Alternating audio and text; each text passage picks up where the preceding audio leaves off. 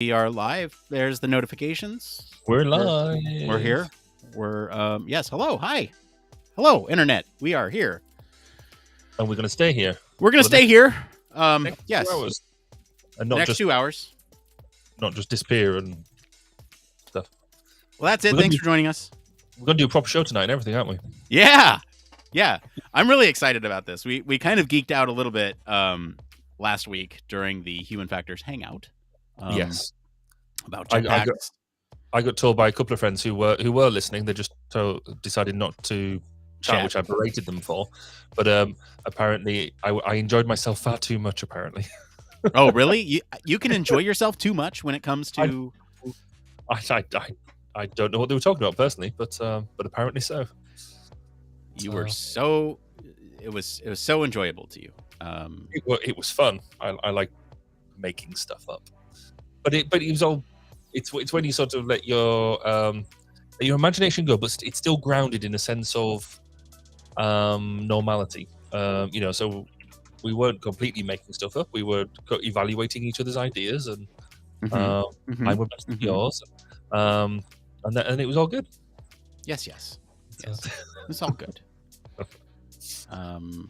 Okay, so this is not great. What is this? Why is this happening? What's happening?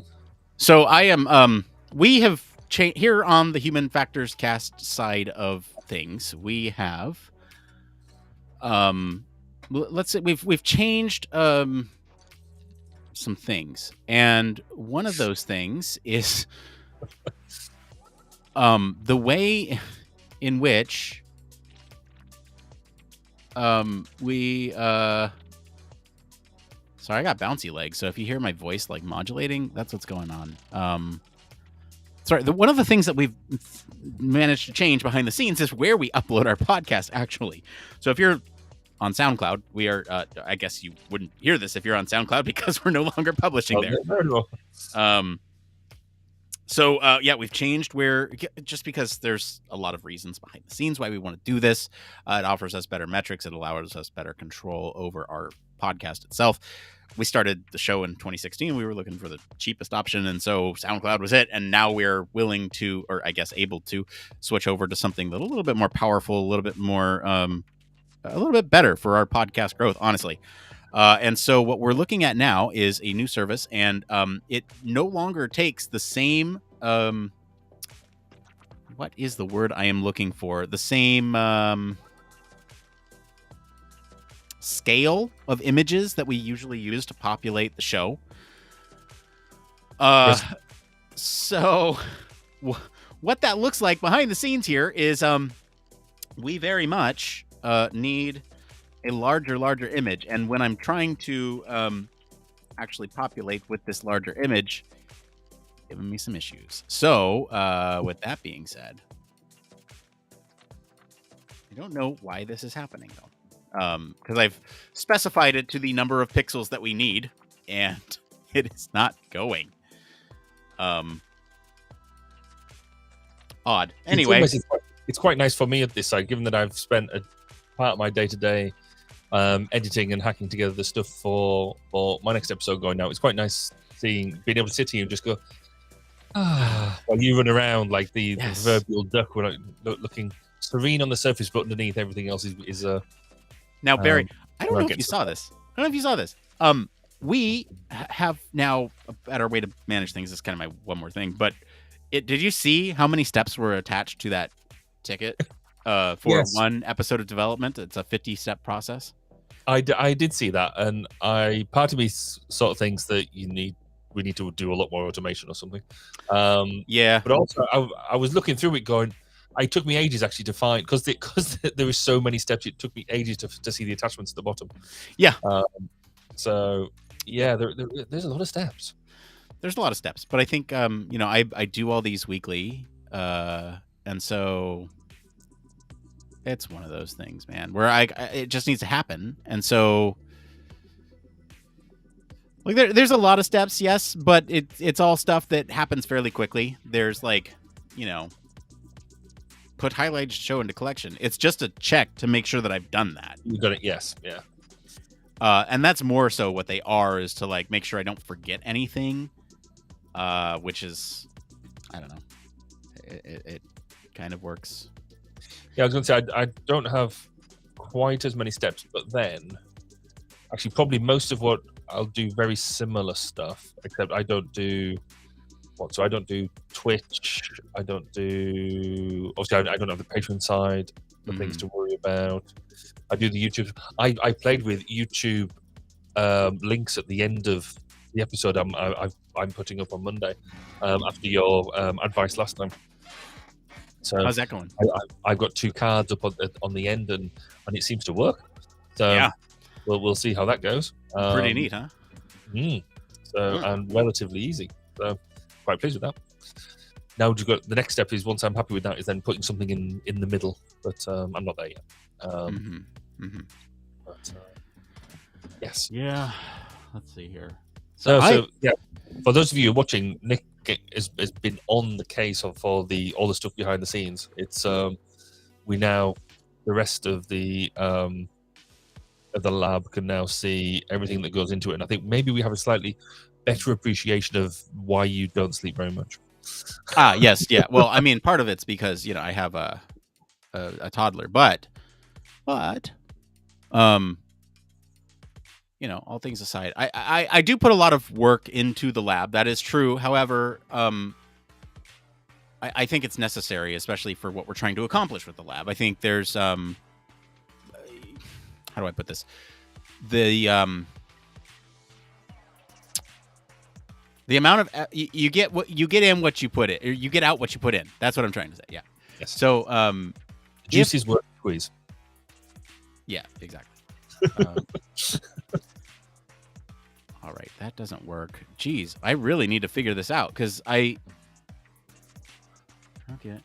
Yeah, that is so weird. Maximum square, both height and width must be the same. It is, and it's just not the right size. But it's so weird, because when I change the size, it like messes up everything else. And so like if I did like a 10 by 10, maybe, is that twice? So Nick basically has 20 minutes to sort this out. I have a little bit longer, but it would be great if I could figure it out. Because then I go into the show feeling pretty. Yeah, otherwise it'll be sat at the back of your mind. Exactly. Okay. Okay. Hold on. I think I figured it out. Hold on. So what if I did 15 by 15, and then, because that didn't seem to change anything, and if I do this, then perhaps we should be good. Let me just try it, and we'll see what happens when I do that. And we'll do this. Of course, no one can see what I'm actually doing here, but I'm sure it's very exciting. But it is very exciting. I'm changing numbers behind the scenes. Oh, hell yeah, that worked. Okay, great. No, we're fantastic. Look at that. Okay, no, we're good. Hi, everybody. Now I'm actually ready to be here. I wasn't actually looking at anything going on. I had my head over there. But here's what's going to happen today, guys. We're going to talk about Paramedics with Jetpacks. It's going to be a great episode. It's going to be a whole lot of fun. I've been actually looking forward to this show for 2 weeks, since it came into the poll on both Patreon and Twitter, and it's going to be great. It will be. Yes, I'm very much looking forward, especially as the whole story is based around the Lake District in the UK, and that's where I'm from. That is where you're from. Okay, cool. That's my old stomping ground. I was going to ask your familiarity with that district, that area. Yes, very. In fact, I grew up just north of there, really. So I often say, even though I'm living in Wales, which is a very beautiful part of the country, but there is nowhere, I think, in the UK that is as beautiful as the Lake District. It's very rugged. It's the whole the whole weather system, and it can be bright, sunny, beautiful sunshine 1 minute, and then literally like fog and everything, and like the next, and it sends you through a roller coaster of emotions to live there. So this will be interesting, because you actually have real life experience in that area that you can then come to us with. Indeed. And tell us about. I'm very excited to hear about this. I've known people who are part of the mountain rescue in that area, and also know a couple of people who've actually had to be rescued by helicopter.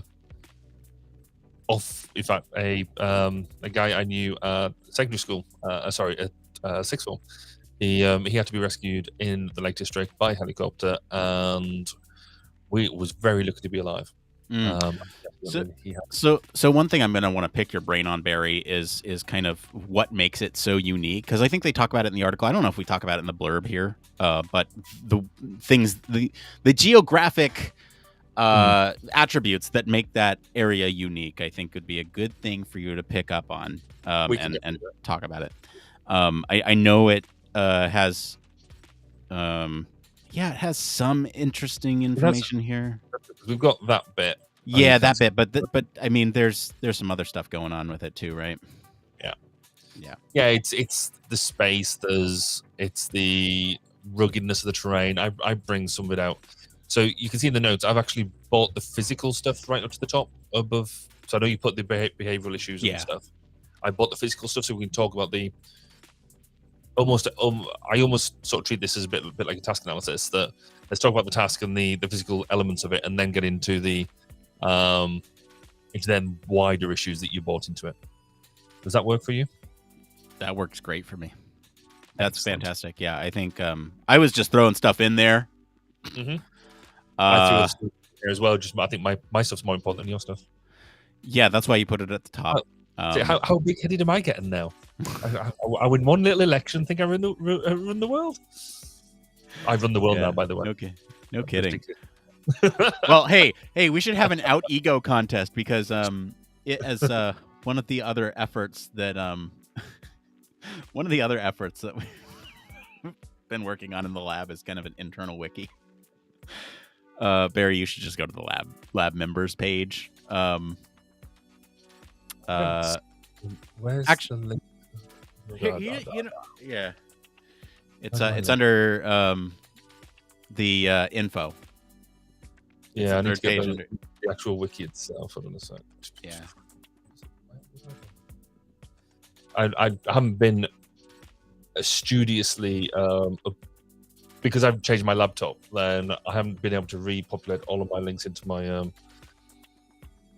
thingy bar. Thingy bar. That's a good word. Thingy bar. Yes. Bookmark bar. That's the one. That's it.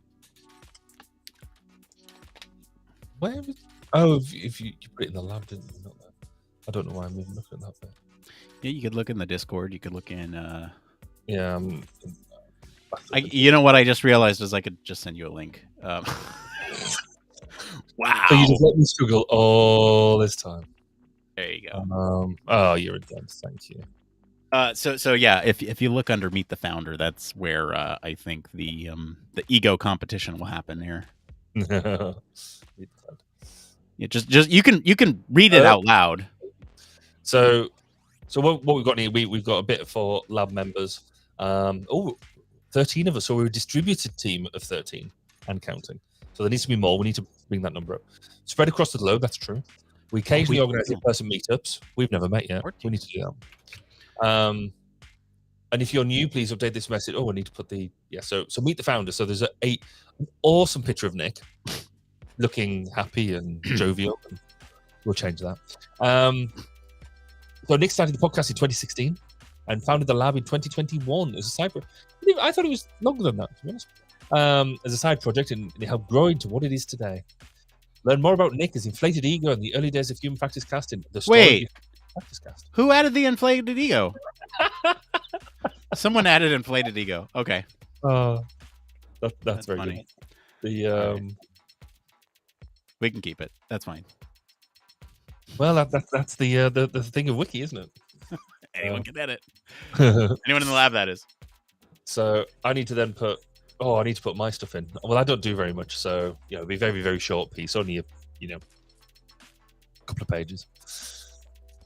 Yeah, I mean, you could put amplifying information there if you'd like. I think some of the lab goal is that we don't want to make anybody intimidated by certain roles that other people hold. Remember, that's what we talked about in the lab refresh. Yes. So whilst you can have a massive ego piece here, I'm not allowed to tell anybody how awesome I am, is what you're saying. Yeah, well, yes. I'm the founder, the king of the lab, essentially. We're just not allowed to take anywhere. So I'll leave mine at that then. Based in the UK. I love it. It's perfect. Oh, actually is...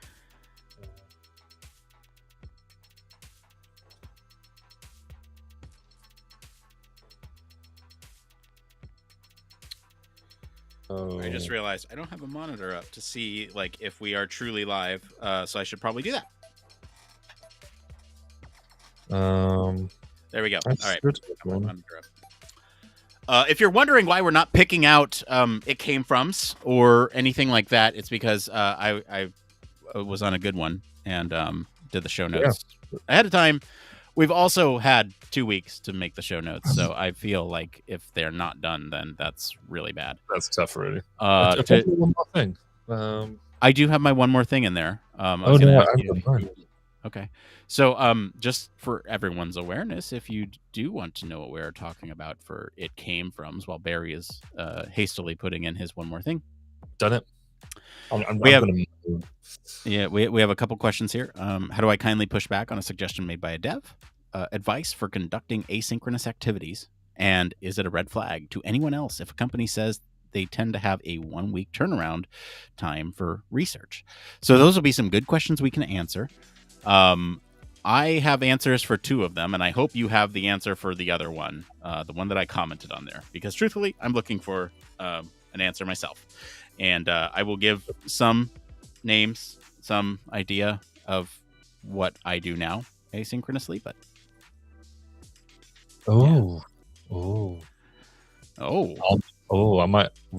I might let you down on that one. Okay. No, well, I think we'll be okay. We'll make it through. Yeah, that's it. No, I've got a solution that I use. I do it for different reasons. It's not time zones, but I do run asynchronous workshops. That'll be good. That's cool. Yeah, that's cool. And for my one more thing, I need to have a moan about my car. You know, my wonderful car that the Patreon hasn't paid for. Wait, did you, the EV? Yeah. What? You got it, and it's now... No. Yikes. I haven't got it. Oh, you have not got it. Okay. Not yet. I was supposed to have it, and then they've changed. But anyway, I'll tell you all about that. Great. I'm looking forward to it. That'll double the length of the podcast, so you might cut that bit out. But all right. Well, you know what? I still need to get it off my chest. If that section goes on for 30 minutes or more, we can certainly cut that out. That's what I do back here when I produce that 50-step checklist. That is to cut out Barry stuff. Yes. I think quite a lot of people do that. If I'm honest. Well, hey, we're here in the pre-show. Why don't we talk about some fun things going on? Barry, you've been off earlier this week at a certain conference. Is that right? Yeah. So we've been at the online version. So the EHF 2022. Run by the Chinese Institute of Ergonomics and Human Factors. They split the conference into 2. So we've got an online version, which is 2 days. So that was Monday and Tuesday of this week. And then we've got a live version, in-person version, which is in 2 weeks' time. So we had the first element of that. So Monday, Tuesday, we had the conference launch, which was fab. And I was kind of blown away in the end because I didn't know quite whether all this was going to happen. But I've been banging on about climate ergonomics and how we as human factors practitioners can make a change and all that sort of stuff. Well, actually, they made the first element of the conference all about sustainability. And I was blown away because I knew we'd submit a couple of papers, so I knew there was going to be a bit of that in there. And I thought they might tack it on because we want to try and make a really big deal of it next year. And but then we ended up being the first session. In fact, the keynote that I got in was the first keynote. And we did the keynote slightly differently. So rather than just having Brett from one of our local business groups, one of the UK business groups talking, I actually did an interview. And so I used Restream to interview him. And so we recorded it and played that through. And that was fab. We had me giving an interview as the first bit. Then we had a paper that I'd written as the second bit, but thankfully one of my team presented that rather than me. Then we had another couple of papers, and then we had me presenting about my climate command and control system that I want to make, and then we had me in a panel discussion. So I had a little bit of input, which was awesome. Did my ego amazing amounts of good. But then went into, so then there was 3 other sessions, all not as good, clearly. No, joking. They were all, in fact, there was some really, really interesting stuff up there. All around defense. We had a bit on UX, which was truly fascinating. We had Gigi Deming from Google tell us around her experiences of UX and how she'd entered sort of the UX arena really in its early days and saw it go through its development to where it is today. And one thing that she said that I would which I just love, mainly because it's something I've thought and I use in some of my lecture material, is the differences between human factors and UX. Is we kind of do the same sort of stuff, but human factors normally takes an approach of make sure it gets done and gets done safely, in generalizing wildly. But UX takes the approach of get it done and get it done in a way that delights the user, and it's that idea of delighting the person who's using it, which is I think a key differentiator between the two. And I liked her because she agreed with me. So that was really interesting. So yeah, no, we've had a really, really good start to the conference, but I am quite looking forward to the in-person conference because do you have any insight as to why they split it up over a couple weeks rather than 1 week then the next? I think it was just I think that they're playing with the format and kind of seeing what works, because I think if they'd had it back to back, so because they could have had it 2 days virtual and then 2 days physical, but actually trying to organize that would still have the same problems that they have with organizing anything. If you go from the virtual bit to then go to the physical bit, would it be too much too quick? Mm-hmm. So if you have a week space in between the two, then you could do that, but then that's probably quite close together. But at least if you split it out a bit, slightly further than that, so in the 2 week gap that we've got, we can almost exploit all of that stuff good stuff we've done in the virtual stuff, allow people to talk about it, interact over it, share it, and then that means when we get to the physical bit, which obviously less people can interact with really, because the physical conference you're limited by numbers. I think it just allows us to basically spread it out over a longer period of time and get the benefit of it. Yeah. I think anyway. I wasn't part of that decision making. Well, hey, we now know a guy on the inside, so hey, I'm gonna tell you to tell that person. I'll go and have a word with them.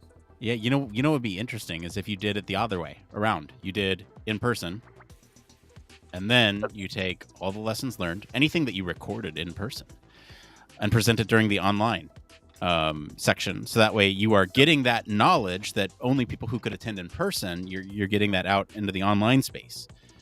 That might be an additional way to present that information. Anyway, just a thought. No, it is, and obviously the third way is completely hybrid. So doing both at the same time. I've got things out on the table, as it were. I'm not a fan of hybrid. I'm not a fan of hybrid solutions. I think in trying to get the best of both worlds, you diminish both sides. And I want to be proven wrong. I want somebody to show me a good hybrid solution and show me that it works. But I kind of feel you either focus. It's a bit like having a teleconference when you're all clustered around a table and you basically everything runs because of the person on the other phone. It's not. The person on the other phone can't see what's going on, but the people in the room can't move around and share body language because the person on the other phone. And I think for me, hybrid kind of feels the same. I want to prove you wrong so badly. I really do. You can't. I really do. I will prove you wrong. Okay. I give you a couple examples right now. One, if you have a presenter in person, you take that camera feed or whatever, throw it online.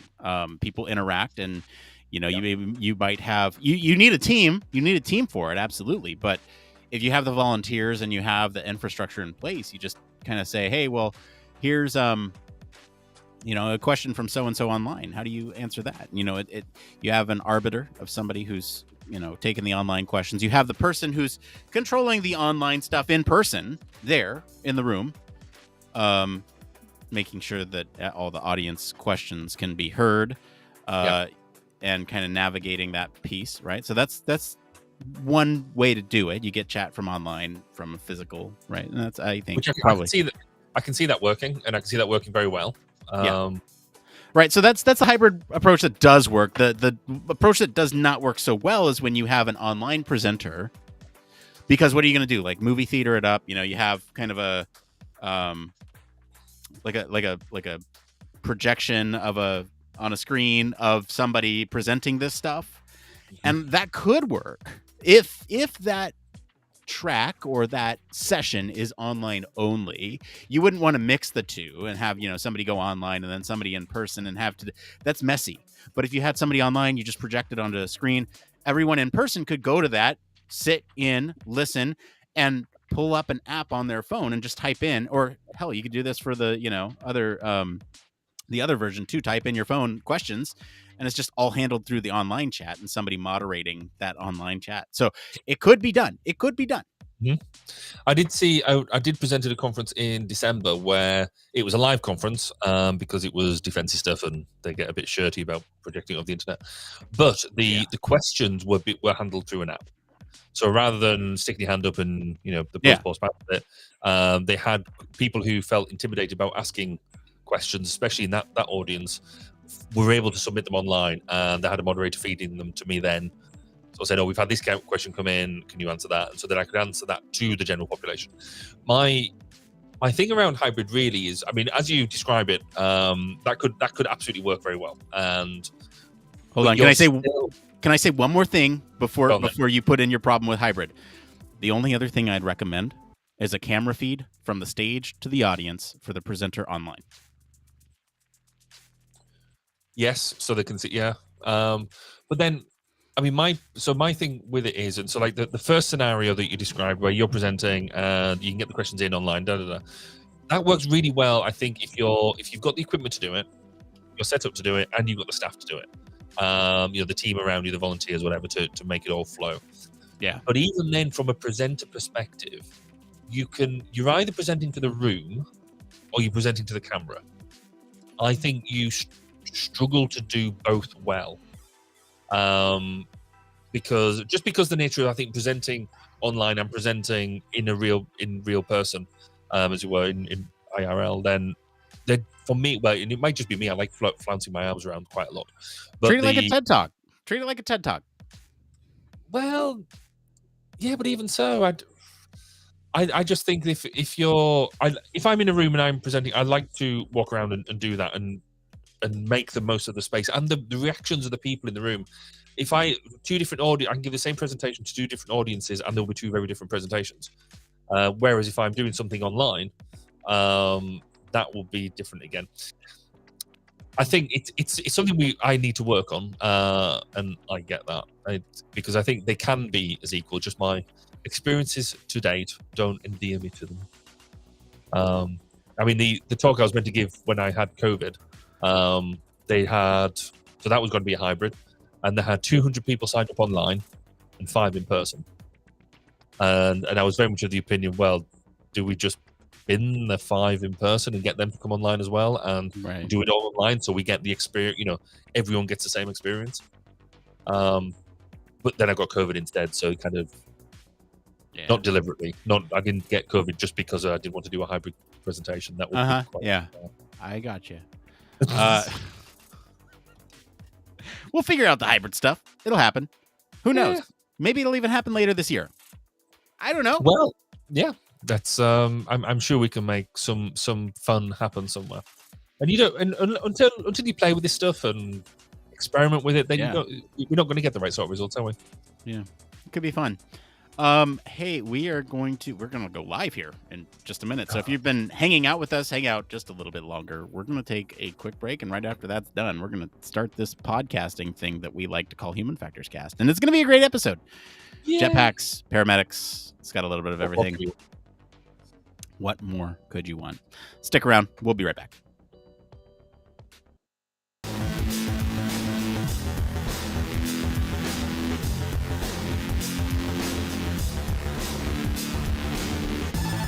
Welcome to Human Factors Cast, your weekly podcast for human factors, psychology, and design.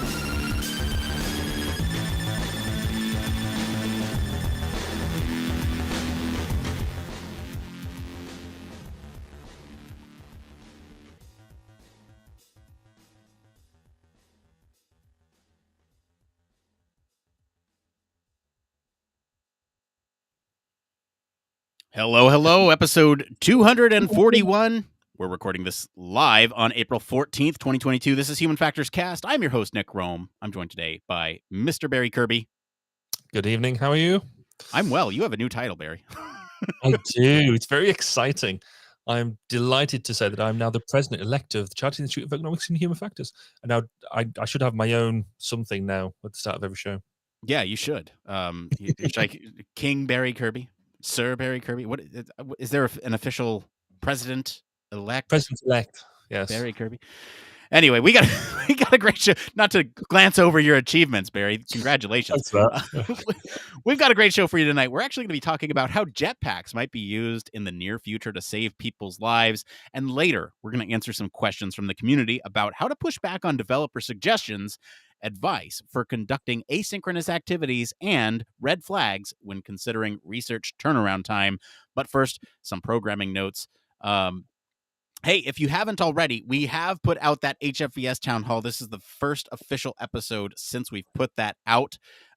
We sat down, we had a conversation with HFVS leadership. We were talking about all that fun stuff over at HFVS, especially around outreach. You should go check it out if you haven't already. And Barry, I understand that you have some stuff going on at 1202, the Human Factors podcast. What's going on over there? Yeah, so at 1202, I think the last time we were going to have this discussion, we just put out an episode around fire. This time, we're looking at agriculture. And we just recorded an interview with John Owen, who's basically is the research project manager at Gethley, which is a farm campus of a further education college here in Wales called Coleg Cigar. He was good enough to basically give me a bit of an insight about how they use an IoT and technology, sensor technologies in particular, about how to give farmers a bit of an edge into decision making, and then he gives a bit of background into the sort of decisions they need to make around weather and all that sort of stuff. So that's going to go live on Monday, and then you talk about HFES leadership. Next week, I'm recording an episode with none other than Chris himself, Chris Reed. So hopefully, if that all happens and goes ahead, then I'll be able to give you a bit of an insight from this side of the pond about what we think about HFES. Is Chris the only person that we've both had on our podcast? Well, Tony. We both had Tony on it. Yeah. Tony. Yes, I think so far. There might be some other overlap. But we'll change all that. Yes, we will. One more update here. We are always taking excited volunteers for our Human Factors Cast Digital Media Lab. We got a lot of really fun stuff going on over there. In fact, we've just done a whole update on our lab infrastructure to make sure that transition for volunteers is a good onboarding process. If you are interested in helping communicate human factors, if you're interested in creating content that will help others digest human factors psychology in a way that is effectively communicated, I encourage you to reach out to us. We are always looking for folks. But we know why you're here. You are here for the news, so why don't we go ahead and get into it?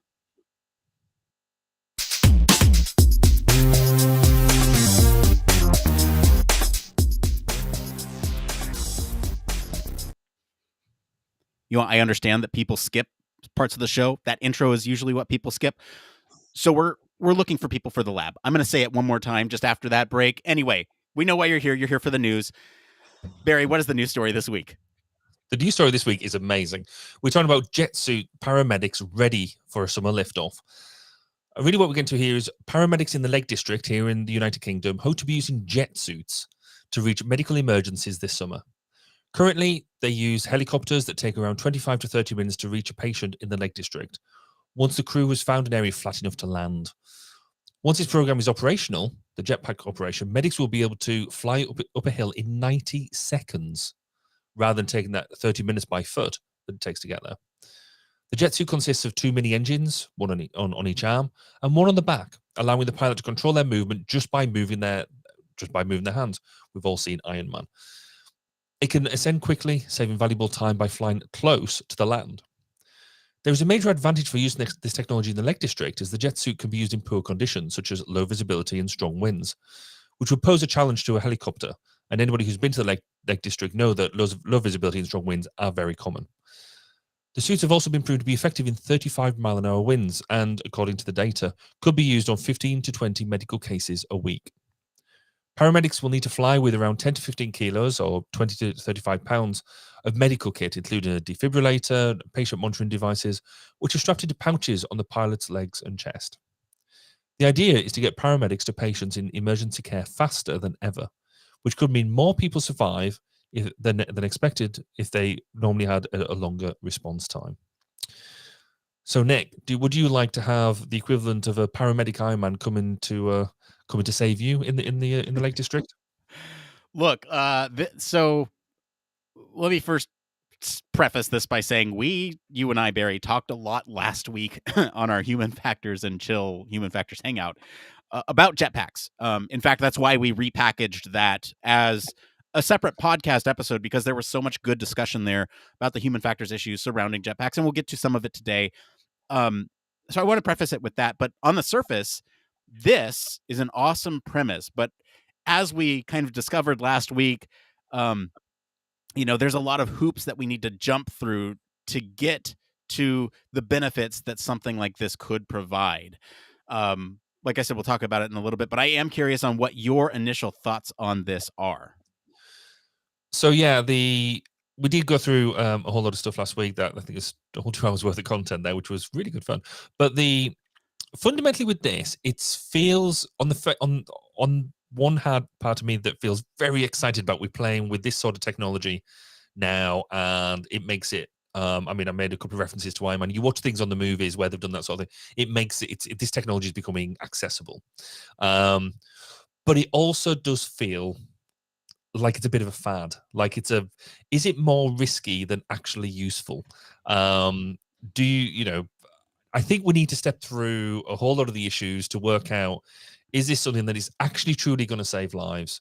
Or do even take a step back, is it going to make life easier for people? Or is it just going to look cool? Because who doesn't want to be a rocket man? Yeah. But I'm not, part of me my heart loves it. My head thinks this is, it's not as cool as it could be. I think we're on the same page there. And let's paint the picture for our listeners here. This is an audio format podcast, so you actually have experience living in the Lake District, and it has some very unique properties. Can you just briefly describe what makes the Lake District unique and why they're trying this technology there? Right, let's go with wet first. The Lake District is a very wet place. So the Lake District is north of England. So if you look at a map, it's basically the north west of England, just below the Scottish border, if you're in large handfuls.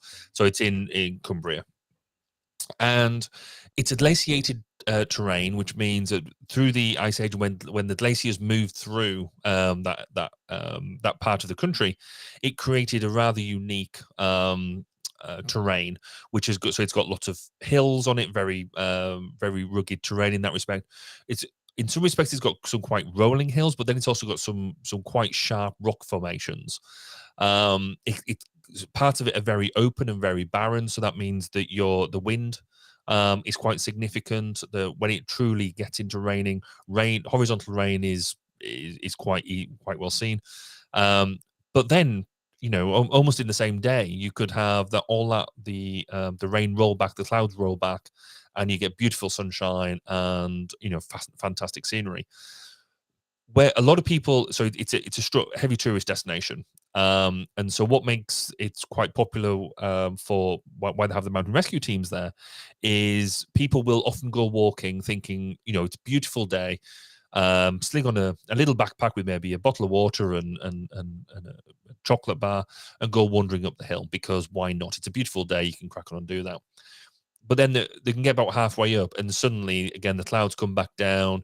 You lose where you're going, so you lose orientation. You don't have the right clothes with you, so you get wet through. You get cold. Hypothermia is very, very common, and so just because that changing nature of the weather, combined with the with that terrain makes it a very unique place to be. So that you have normal mountain rescue teams that go out, that are all volunteer organizations that'll go out if you get a casualty on a hill, or even somebody's just in distress. The mountain rescue team will be the first ones on call to go out there, and they're normally just walkers themselves. You know, that they'll have special kit and perhaps a Land Rover, that type of thing. They'll go out and find casualties. But then if the casualty is severely injured enough, then you get the helimed come out, the helicopter medical team come out, and then will airlift casualties off. So hopefully that gives you a bit of an insight into one of the areas of the UK that I actually consider to be the most beautiful part of the UK, but it can also be the most treacherous. Right. So painting that picture really kind of illustrates why they're testing this there. There's a lot of really unique geological features that makes it difficult for search and rescue medical teams to get to folks who might be in precarious conditions. So let's talk a little bit about, since we're talking about the physical side of things, let's talk about the physical features of what a jetpack is, kind of rehash some of our conversation of last week, some of the human factors issues with human factors and jetpacks in general. So just to kind of briefly describe this system, again, I know it was in the blurb, but you have sort of a jet on each wrist, jets at each wrist, that help you control directionality. And then you have sort of one on your back that presumably controls thrust, upward thrust. And so you're able to, when you kind of move your body in certain ways, move forward, move backwards. You're right. We have all seen Iron Man. We kind of get the gist of how that might work. We saw him learning, crash on the car, robot, gets him with the fire extinguisher, all that stuff. That's kind of what's going on here, but without the comedy. And really, we're looking at kind of training in various stages where you have sort of this tethered state where you're kind of on a stage, you're tethered, you're kind of learning to control this. And I'm talking from the paramedics perspective here. You're learning to control this suit. And once you've learned that, then you kind of go into the smaller scale tests of getting off of that tether and doing short jumps from point A to point B. And then once that's, once you've kind of mastered that, then you move on to the next stage, which ultimately leads you to being able to save people. And at some point along the way, you're going to have to, test it with all this equipment on you, all this kit that you have to carry, the defibrillator, the medical supplies, all that stuff. Barry, do you want to go through some of the usability issues of jetpacks and what that could mean for these operators? Yeah, I mean, it's worth, so just to pick up on something you just said, if you, obviously this story is being supported by, underpinned by Gravity Industries, who had developed the jetpack, who've done that. And if you go to their website, they've got some good videos and YouTube links about the training process you have to go through. So it's worth having a look at that to see how you step through that. But if we were to focus directly on the task that is being used for here in terms of being a paramedic. So for me, the flight there is part of the story. So you imagine you're at the base, you get the call. So the helicopter team would then, if they to do a comparison, would then go and pre-flight checks, they would, the suit up, pre-flight checks, and get into the air. Now the same is going to be the same for you in a suit. That you've got to do, you've got to suit up. Presumably you're not walking around with this on all the time, because presumably it's weighty and uncomfortable. You probably need to fuel it up. It has a limited fuel range, though presumably that's going to get better. So as you've described, you have these thrusters on, these jets on, so 2 jets on each wrist and 1 on your back. That's right. So you've got to suit up. You've got to get all this kit, make sure you've got it there. You've then got to, when you get to your casualty, you've then got to be able to perform medical tasks. You've then got to be able to do something. So the pictures that we've seen show that these jets actually go down quite low down your hand, because you've got almost like a gauntlet on. So being able to then perform CPR, be able to dress a wound, be able to do anything like that, you presumably have to take this sort of stuff off or stash it in some way. So there's going to be a level of how do you do that, because presumably it's a jet, it's going to get hot. How do you stop that the jet cowling touching you? Because you don't want to burn your hands off trying to get this trying to get this thing off. And more importantly, probably you don't want to burn the casualty, because if you've got that there, then that's so fundamentally. Whilst it's, if you get there quickly, but then you have to spend like half an hour taking this kit off and making it safe before you then perform medical interventions. Are you doing it any quicker? Don't know. You probably presumably take it off fairly quickly, I would like to think, and dump it at the side. But you know, you get it there. So yeah, you need to be able to fly there. You need to be able to take it off, do stuff. What is the range of it? So they've talked about being able to fly for around, you know, uphill in 90 seconds. Which is great. You've got, they talk about taking loads of kit with them, as that we said in the blurb. So presumably you'll be able to get there, take the thing off or make it safe or whatever that means. Get the right sort of kit out and apply it. But then I sort of then get into my safety case stuff, and there's two big things that worry me to a certain extent. Firstly, what happens if it goes wrong? Or you forget how much fuel you've used, because that, I should imagine that, you know, if you're in a helicopter or even in a plane, if you run out of fuel, you've got glide, or you can auto rotate, or that type of thing. If you run out of fuel with wearing this suit, and you're maybe you know, in the Lake District, it's quite easy to be thinking that you're going quite low over the ground, and then suddenly for a big valley to open up in front of you, or a crevasse, or you know, that big rock formation. If you suddenly run out of fuel whilst you're in that position, you then turn into a very fast brick. And there's only you've got velocity, so you're going to hit something hard. But presumably, again, I assume we're gonna have cues, so you need some sort of cueing in the in some sort of, either on your body or ideally is some sort of heads-up display, that you know what your range is, you know what your what any alerts that are going on. You know, how are you going to know if there's an error in one of the thrusters and what impact that has on what you're doing. So how all that gets managed in a way that isn't just based on feel, because you know, I can imagine that's how this is. You know, you'd be able to feel if you're sort of losing thrust on one of your wrists, type of thing. Then the only other thing for me that I thought was interesting was around navigation. So you don't really know where you're going. You've had a phone call off a casualty or somebody who's with a casualty. A helicopter, when it flies up there, you've generally got at least 3 sets of eyes. You've got pilot, a co-pilot, and a medic in the back. Or even if you've just got 2, that's still 2 pairs of eyes. You'll have had a rough, presumably rough location, but then, as I said, the terrain can be quite bleak.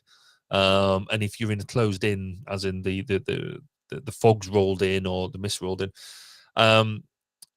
normally on your helicopter you've at least got the ability to sort of slow down, take your bearings, slowly do searches across the terrain until you find your casualty. I don't think you know where your casualty, pinpointed your casualty is straight away, so your 90 seconds suddenly becomes way more than that. So if you're not getting there straight away and you run out of flight time, how does that work? Now there is solutions to that. So I guess I don't know whether I presume you have in the States the new What 3 Words app. So if you got what 3 words, that takes you down to a 3-meter triangle. So if that's built into the way it goes, then possibly that's a way of helping it. But again, you're going to need some sort of display to be able to sort of wayfind for you and things like that. So there are stacks of, I think, and I don't think any of this is insurmountable. This is just me being taking something that I'm very excited about and then breaking it down. So taking it out of my hat and putting it in my head, and doing the analysis that you'd look at and go, but wait, because my head normally takes all the fun out of everything, and starts thinking about the what ifs and you know, if we were to sit there and do a proper you know, why analysis and all that sort of stuff, and break this thing down, then I'm sure we can come up with loads of solutions to all of it. But I think that sort of thinking is why I feel it is still a bit of a fad. There's still a lot of work to be done. I mean, honestly, we're working right now. We're trying to break this down from a practical standpoint of like, what are some of the challenges that they might experience here? And that was a really good overview of just the physical piece that is going on here too, right? I mean, we talked about some of the usability issues with the Jetpack, and I think we recapped a lot of the stuff that we talked about last week. for more in-depth discussion, go listen to that. But honestly, there's much more going on than just the physical aspects of these jetpacks, right? You have sort of the mental side of it going on from the paramedics' perspective too. So not only are they pairing this with some of their traditional job responsibilities, now they have this whole other type of thing that they have to manage in navigating with a jetpack on. And so it's a different beast. And I thought it was a good idea for us to kind of go through and talk about some of the behavioral and human factors issues when it comes to first responders, and look at it through the lens of this story, and pair it with all these issues that we talked about with a jetpack too. So, first and foremost, right, these public health and safety workers, they have a broad range of health and mental health consequences because of the work that they do. Either exposed to natural or human caused disasters or anything like that. And one of the top things that you'll see out of any sort of first responder is depression. It's so commonly reported, and rates of depression as well as severity kind of vary across studies. But there's a couple instances here where in a control study of certified EMS professionals, depression was reported in 6.8 with mild depression, which was the most common type. And then you also have medical team workers who are responding to the Great East Japan earthquake back in 2011, where 21.4% of them were diagnosed with clinical depression. So it kind of ranges, but this is a very prevalent issue in which you have to consider. And when we'll get into the human factors sort of implications here in a little bit, but obviously, as we talked about in previous episodes, mental health has a huge impact on your performance and your stress levels when you are trying to perform certain duties. And we'll get to performance and all that stuff, safety, later. You want to talk a little bit about suicide? Not really, but this is an obvious next step, because I mean, you're right. When you look at the whole depression side of things, it's no wonder when you consider the job that they're having to do, and they see people at their best, but also see people at their most vulnerable, and at the worst when things don't go right. So it's almost then no wonder that actually suicide ideation has been reported in first responders in a number of studies. But there are still questions around the rates, given the way data has been collected. But existing research does suggest that emergency medical responders personnel may be more likely than the general population to think about and attempt suicide. So there has been a literature review where suicide thoughts and ideation in EMS and paramedics were evaluated as compared to the general population. And that, based on the findings from the study, a lifetime prevalence rate of 28% for feeling that life is not worth living, 10.4% for serious suicide ideation, 3.1% for having actually had a past suicide attempt. So it is one of these things that obviously we don't want to focus on necessarily too much and overplay, but the environment that they work in and the things they see and have to put up with, and the consequences, because not all of these trips end up in a happy ending. Right. And it's them that have to process that. And in many ways, you see it on a lot of programs where they almost it's that scoop and run thing. Is they bring people into the hospital and they often don't necessarily know what the outcome was until either much later, if they do at all. So it's having to process one after the other and then get ready for the next one. Yeah. On that point, they also some HF issues. Yeah. Well, there's obviously overlap between mental health and human factors issues, and I think one thing that this overlap really fits nicely in is kind of this stress and post-traumatic stress. So, I mean, if you think about some of these stress symptoms or PTSD symptoms that EMS personnel have reported, there's a number of studies that when you look at what they're experiencing, right? So if you look at another lit review here, EMS and paramedics reported higher traumatic disassociation at the time of the Loma Prieta Bay Area earthquake in 1989 compared to police. So, even just looking at the differences between first responders. You also have a study in Germany where 16.8% of emergency physicians had probable PTSD. And then you have, a case control study among EMS professionals where stress was reported in 6%, where mild stress being the most common type. So even though it's mild, even though it's only in 6%, you're still introducing all these different factors into sort of the normal, I guess, everyday lives of these professionals. And one thing to consider is that they take it home with them, first off, and that can be really, really bad for home relationships, especially when you consider PTSD. And bringing it now back to the human factor side of things, when you consider stress, PTSD on the job, those can be huge performance sort of hits, right? If you're bringing stress, you're bringing PTSD, those can have a huge impact on performance. What about performance, Barry? Well, performance in this field is significant, isn't it? Because it is literally life and death. They've got very high levels of performance and the need to repeat time and time and time again. So one of the core risk factors is the pace of their work. The first responders are always on the front line facing highly stressful and risky calls. But that tempo, that always being always on and having to do it time and time again, can lead to an inability to integrate work experiences. So again, according to a study, 69% of EMS professionals have never had enough time to recover between traumatic events. So therefore, as a result of that, depression, stress, and post-mortem PTSD, suicide ideation, and a host of other functional relational conditions have been reported. So what we need to look at here is understanding how is everything that we're doing here then going to relate back to them actually being able to do the job and being able to do it. What does a good performance look like? We see it in hospitals as well, where you have doctors and surgeons working on working on patients when they're been on 12, 14-hour shifts, but yet we still expect a high level of performance out of them. Right. So yeah, do we want to move on to risk and protective factors? Well, one sort of really important thing here too with the tempo, right? This is critically important when you think about what we're trying to accomplish with this jetpack story, right? We're trying to get to them quicker and thus reducing the amount of time it takes to respond. And so we have to consider this when training these individuals or, setting them up to respond to some of these situations.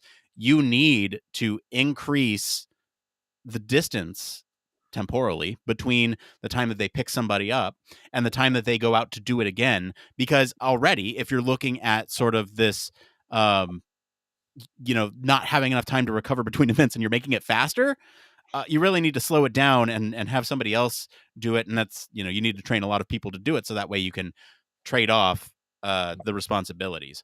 But yeah, let's talk about risk and protective factors. And specifically during some of these disastrous events, this is more of sort of a broad overview. You're probably not going to have, hopefully, knock on wood, not going to have disastrous natural disasters or human man-made disasters in the Lakes District. But if this technology starts, expanding outside of it, this could be something to consider. So you have risk factors during these disastrous events for first responders, and they could be either related to the disaster or the event itself, right? Any one of these things could cause stress, post-traumatic stress, any of these things, impact on performance. So if you take another lit review, we're bringing a lot of lit reviews here. We've done our research today. You have sort of these psychological outcomes from these stressful events. You have stress, general well-being, mental disorders, resilience, personal growth, all affected when considering these humanitarian aid workers or similar professionals who are deployed to assist with the aftermath of a disaster.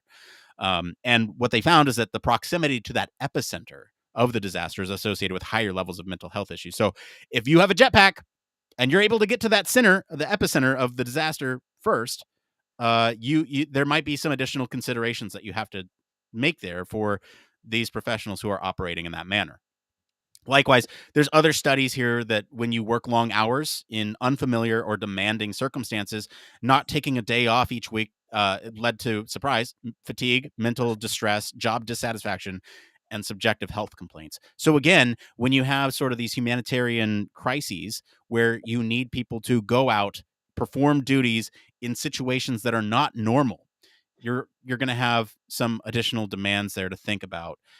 Then you also have, I guess, the somewhat obvious and tragic dealing with serious injuries or bodies of people, resulting in sort of this higher probability of developing PTSD, depression, alcohol problems, all this stuff, anxiety. Do you want to talk a little bit about some of the job duties or qualities during these events? Yeah, so during a disaster or an event, then the job qualities or qualities during it were associated with elevated risks of mental health issues. So not having enough job-related information, added extra or unfamiliar or conflicting duties onto basically too many people to look after and supervise. Direct survivor or family contacts, longer assignments, longer time working with children, working with clients who basically discussing morbid materials, excessive exposure to gory sights and sounds, environmental hazards, and working as mental health workers, all of that associated with increased skill levels. Then you bring into that poor leadership, lack of interagency agreement. They're all seen as additional stressors during a disaster period. And so that gives you low perceived safety. Low perceived safety is also associated with increased levels of depression and anxiety and other psychiatric symptoms. Yeah, and the last piece here is kind of leadership, right, or lack of direction during these events, and so that sort of leads to safety too, because if you don't have leadership, you don't have sort of this perceived safety of having somebody who knows what they're doing, and because of that, you're kind of increasing the levels of depression, anxiety, and other psychiatric symptoms. But when you don't have that safety, when you don't have leadership, that is critical for when you're operating in these type of high risk environments, because safety is everything. It could lead to potentially more death, right? What if you slip up and accidentally burn your victim with your jetpack on? It's a lot to consider, and there are some things after a disaster too, like all this stuff that we talk about is really, you're going to take this home with you. And so the more that we can do to help train these individuals or establish processes, procedures in place that will help reduce some of these mental health issues with first responders, that will help with the usability of the jetpack. Even if something's easier to use, they're going to be less stressed doing it because they'll feel confident doing it. All this together kind of paints the picture of this very complex issue of giving paramedics jetpacks. Now, let's kind of bring it back to the article. Barry, I want to make sure that we have some time to hit some closing thoughts, because we did have a lot of thoughts on this. So what are some things that you want to take away from this? So I guess there's a little, I sort of painted a bit of context about the terrain and stuff that this thing's got to work in. But we've also got to think about how the context that this is being run in. So the trials on this started in September 2020, but obviously COVID, as with everything, took the joy out of everything. And they've also had difficulty finding sponsors to cover the cost. Now that's really important, because in the UK, air ambulances are all charities. They're not run as part of the National Health Service or anything like that. And so they're all funded by donations. Now, if you think about how much that costs and the advantage it gives you, et cetera, the running this as a trial is going to use up them funds on this. So how are we going to justify that cost to people who are giving to the charity? So far, one member of the Great North Air Ambulance has completed their training using the suit unassisted, and they're going to get a couple of more on board. And it will give you, as we mentioned earlier, quite a significant performance increase. So if we talk about, just in terms of being able to reach a casualty, they're going to be up towards that casualty in 90 seconds rather than that 30 minutes. Fantastic. But I sort of, in another part of the article, I thought there was a bit of a sort of concerning quote where they say it's a machine that's attached to your body. You have to find the balance point, and we're in a job where we challenge ourselves. There's a lot of pressure on us to make it work, but it has a real purpose to get to people who need urgent medical care. It'd be lovely to enjoy it, but we have a job to do at the end of the day. Now, I have a problem with that quote because it feels like they're being told that you have to make this work, otherwise people are going to die. Right.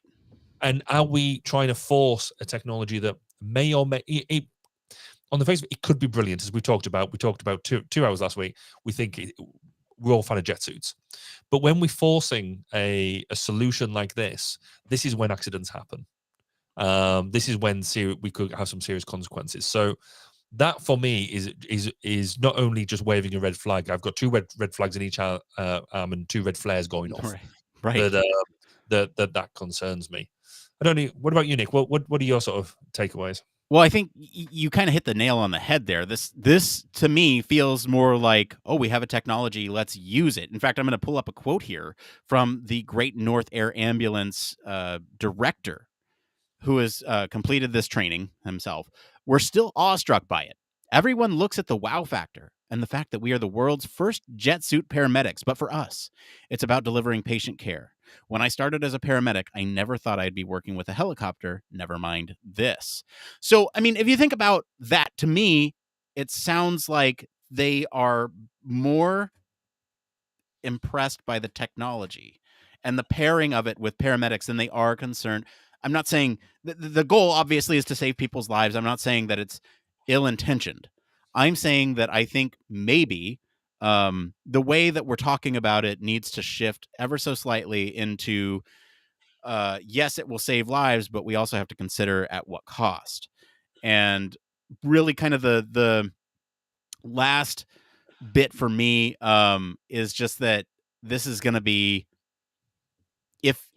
if this ultimately comes out of trial and this becomes the norm, at least in this district, others will follow suit. And so I feel like this is the opportunity to get best practices, processes, procedures in place before you start doing it at scale, because there's going to be a lot of lessons learned and a lot of human factors issues and safety issues, especially if we don't learn those lessons early on.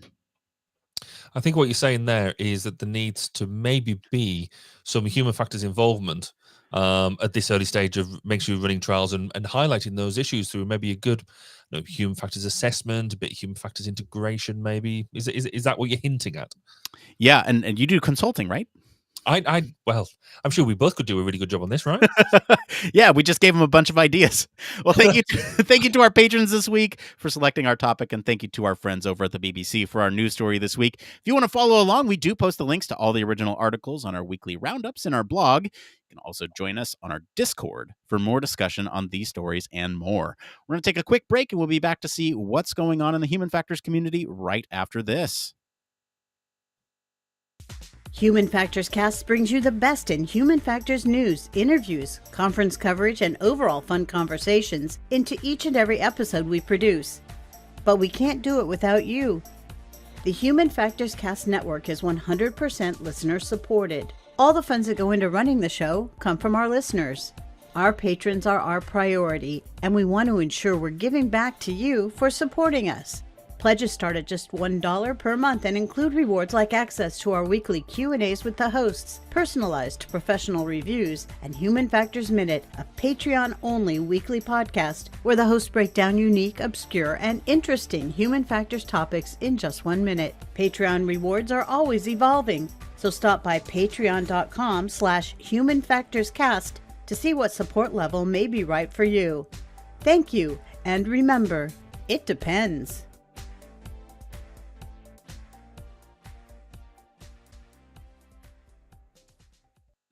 Yes, huge thank you as always to our patrons. Especially want to thank our honorary Human Factors Cast staff patron, Michelle Tripp. Patrons like you keep the show running. Thank you so much for your continued support.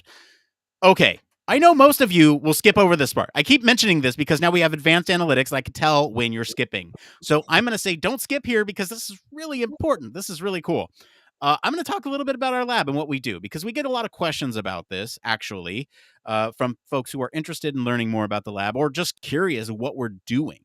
One thing that I don't think is immediately obvious is that we're not always putting stuff out into the world. And so people are wondering, what y'all doing over there in that lab? We have a lot of different things that we're tracking and trying to accomplish over here at the lab that you don't see.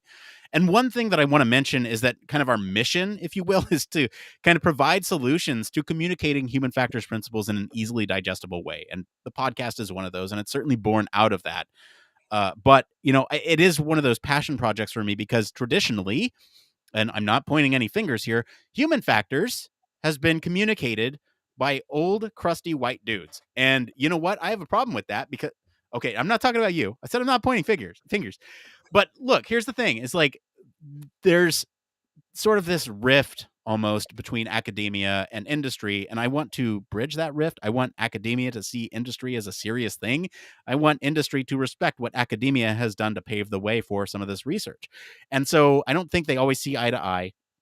Trying to bridge that gap, build a community of like-minded individuals who share a passion of human factors. And to do that, we're really experimenting with different formats behind the scenes here. We have podcasts, we have blog articles, we have other types of content that we're putting out there into the world to communicate these things effectively. And, one of our goals is to really reach people where they are. If you've ever seen a YouTube video pop up that's adjacent to the thing that you're looking on, and it says Human Factors Cast, how giving paramedic jetpacks can stop people from dying. That's what we want to do. We want to pop up in those recommendations as a way to say, look, you enjoy this stuff. What's human factors? Because a lot of people don't know what that is. It is truly a confluence of many different things. We want to get behind it. And so, there are a lot of perks for being in the lab. Obviously, it'll give you experience working on stuff, build up a portfolio of demonstrable results for things like university applications, future work in industry, that type of thing. You also get to work with some of the industry standard tools that we're using behind the scenes here. We have a lot of really experienced folks in the lab that can mentor you and help you connect with networks. So that's another benefit there. And you know what? We have a roadmap for benefits. So just if you're thinking about it at all, maybe consider reaching out to us. We'd love to have you. We're always looking for passionate people who want to communicate human factors. Anyway, that's my spiel. I think it's time that we get into this next part of the show we like to call... It came from...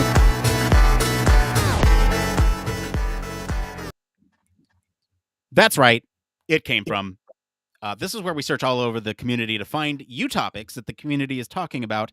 If you find any of these answers useful, no matter where you're at, please give us a like wherever you're watching. Help other people find this content. So we have 3 questions today. They're all from Reddit. They're all from the user experience subreddit, which has been on a roll lately with some of these really good questions. This first one here is by Rico. I hope I said that right. They say, how do I kindly push back on a suggestion made by a developer? I'm new to the organization, so I'm still building relationships. The default design can't be done due to technical and time constraints, so the development team suggested an alternative, which is functional but isn't great from an experience design perspective. How do I push back while still keeping the working relationship positive, if that makes sense? Barry, I'm sure you've never encountered this in your life. No, in fact, I've got no idea. Yeah, if only. I mean, I think this is business as usual for any human factors UX practitioner, really, isn't it? The dev will always, there is always going to be and I think it's actually quite a healthy thing, a positive tension between everything that the design that we want to achieve in the design. We want everything that we possibly can to work for the user, and that's why we exist.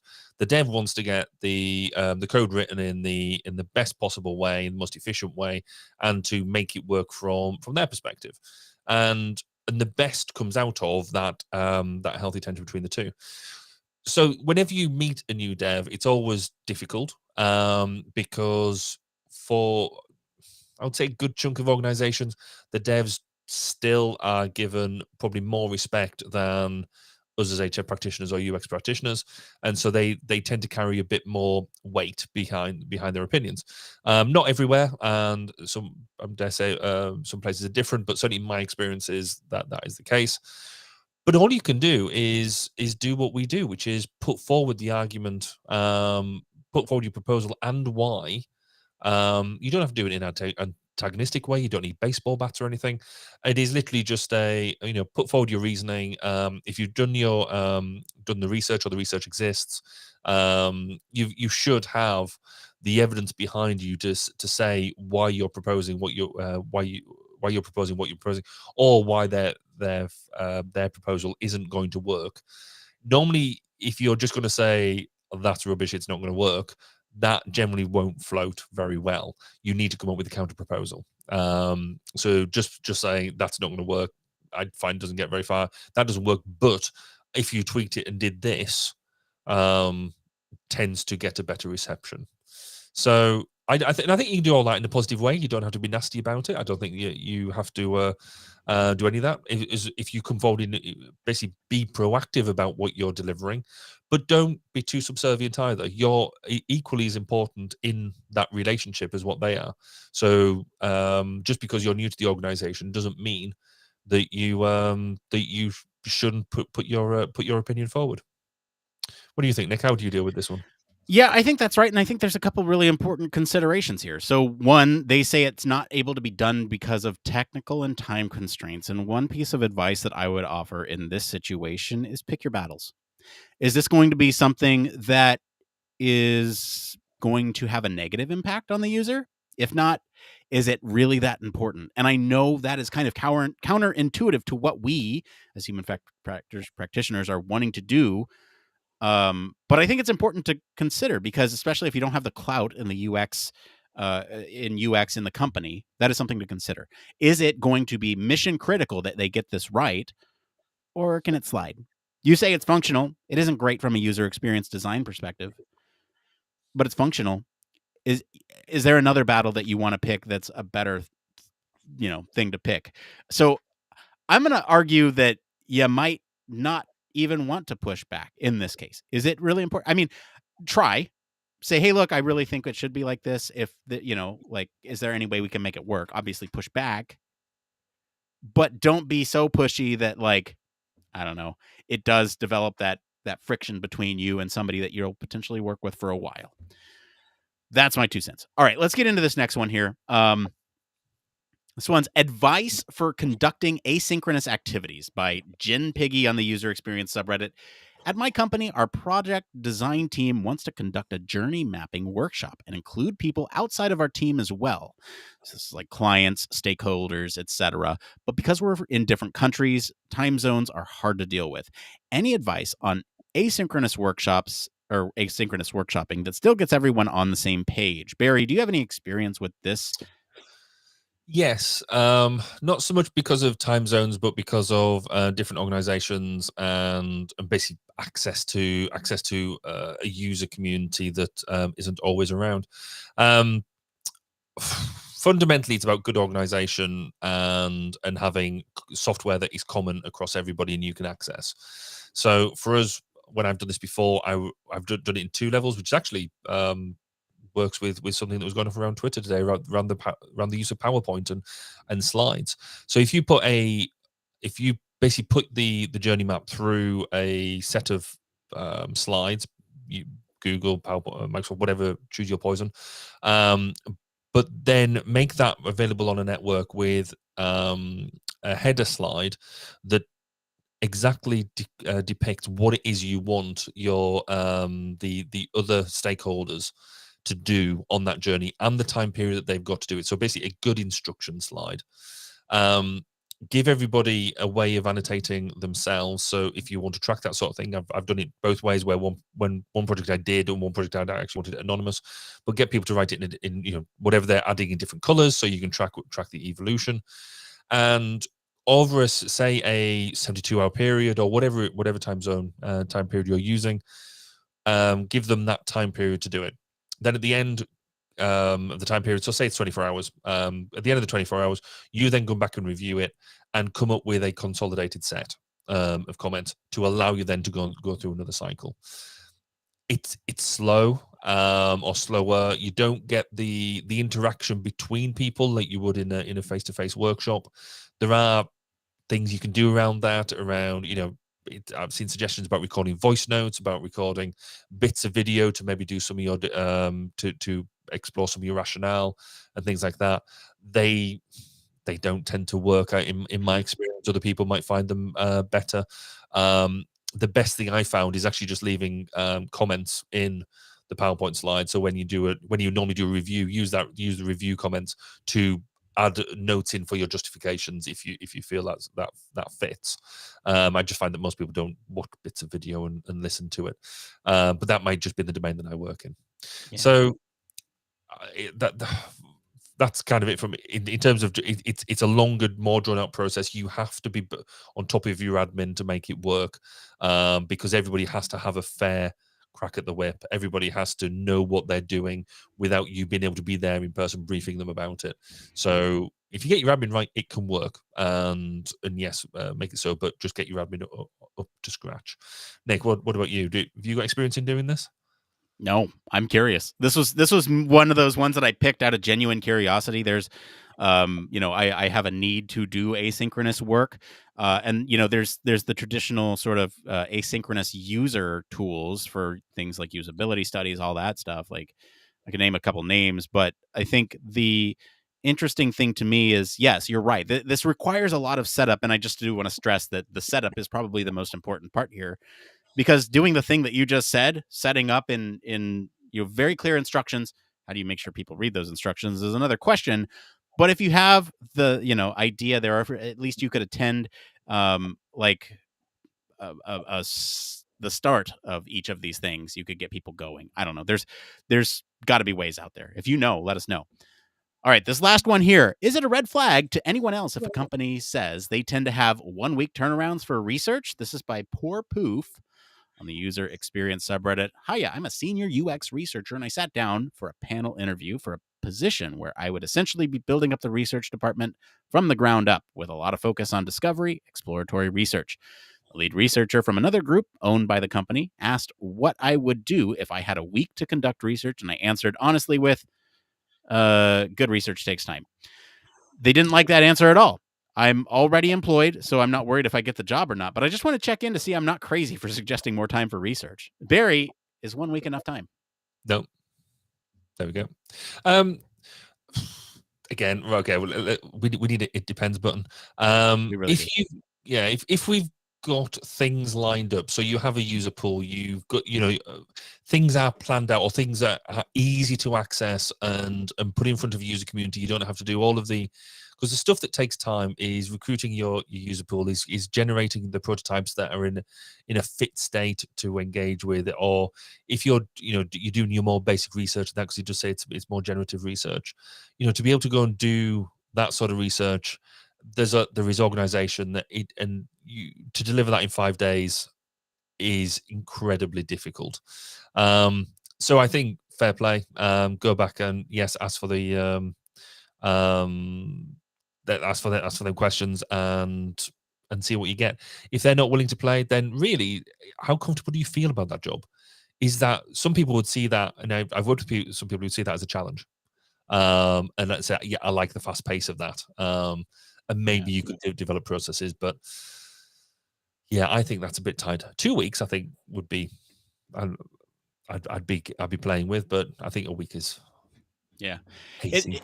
It also depends on the scope, right? The default time of research, I say, is 2 months, and that is by design. If you are looking for a scope on a big project, I say 2 months, because that gives me time to talk to you, to organize meetings, to come up with some of these requirements for research, and then actually talk to the people that need to participate in the research, organize all those times. It really depends on scope. Are you doing user interviews? Are you doing a survey? It's very different. Do you have a user base or not?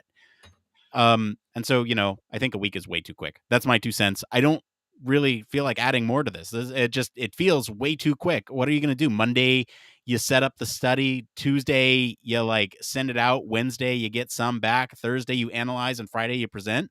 That is way too, it just seems way too accelerated to me. There is an interesting bit in there that you've actually just, the way you just done that out made me think. Google actually have the Google Agile approach.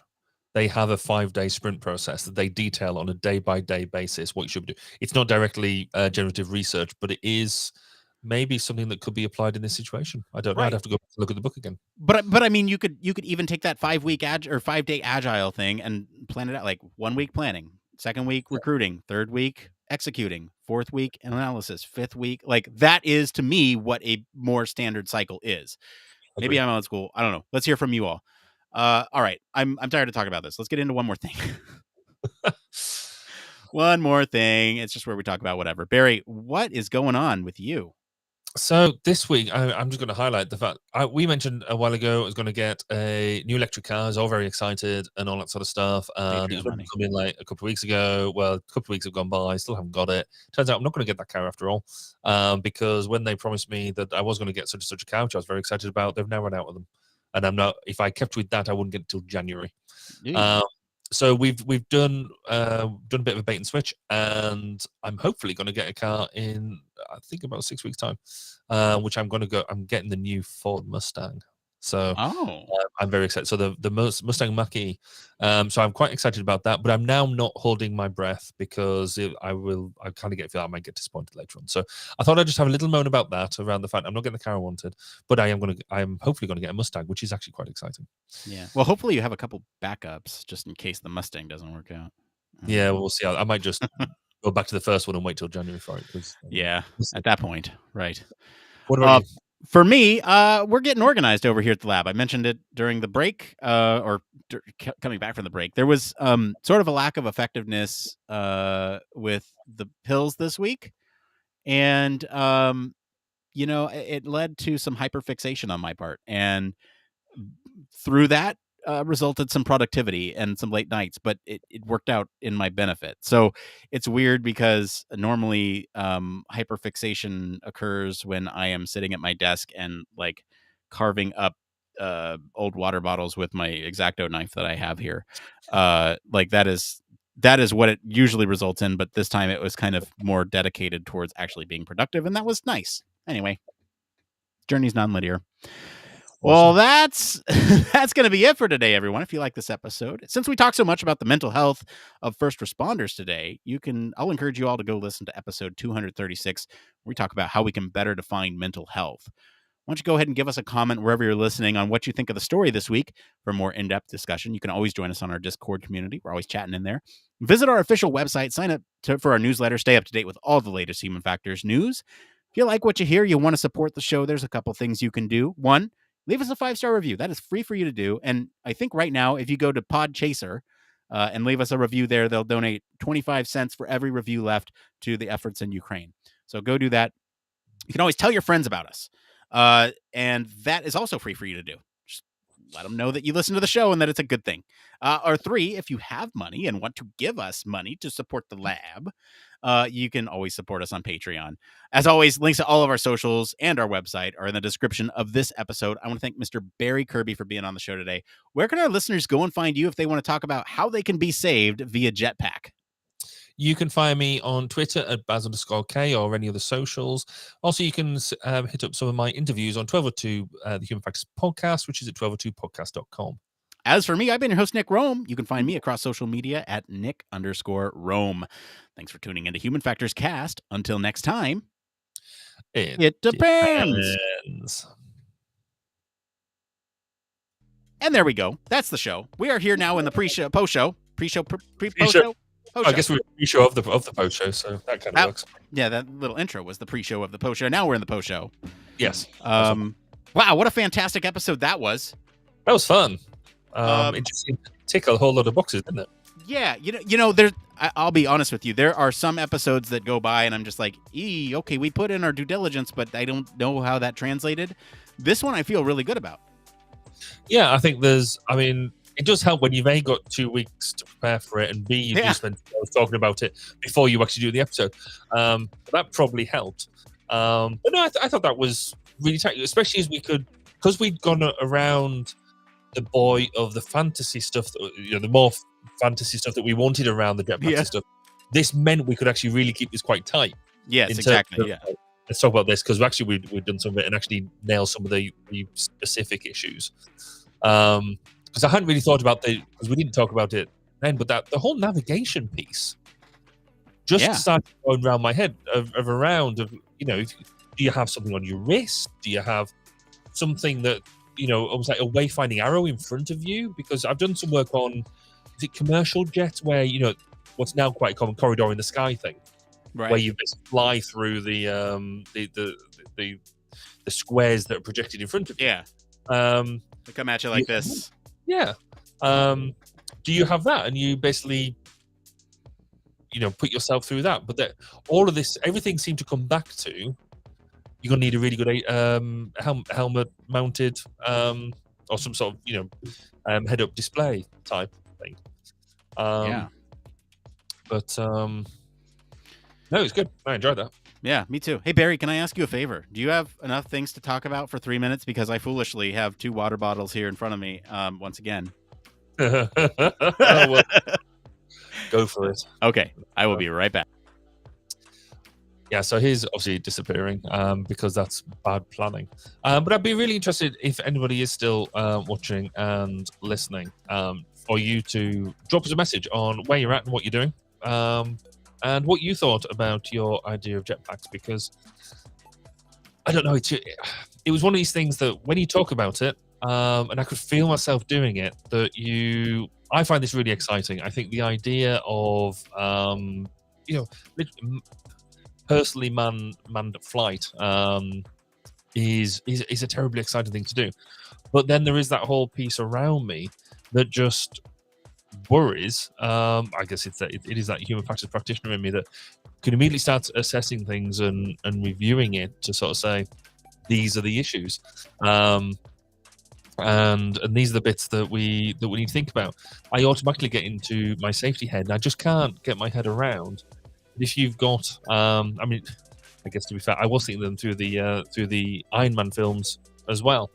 That how can he be walking around with all this gear on and just have all this sort of stuff going on, and not burn themselves?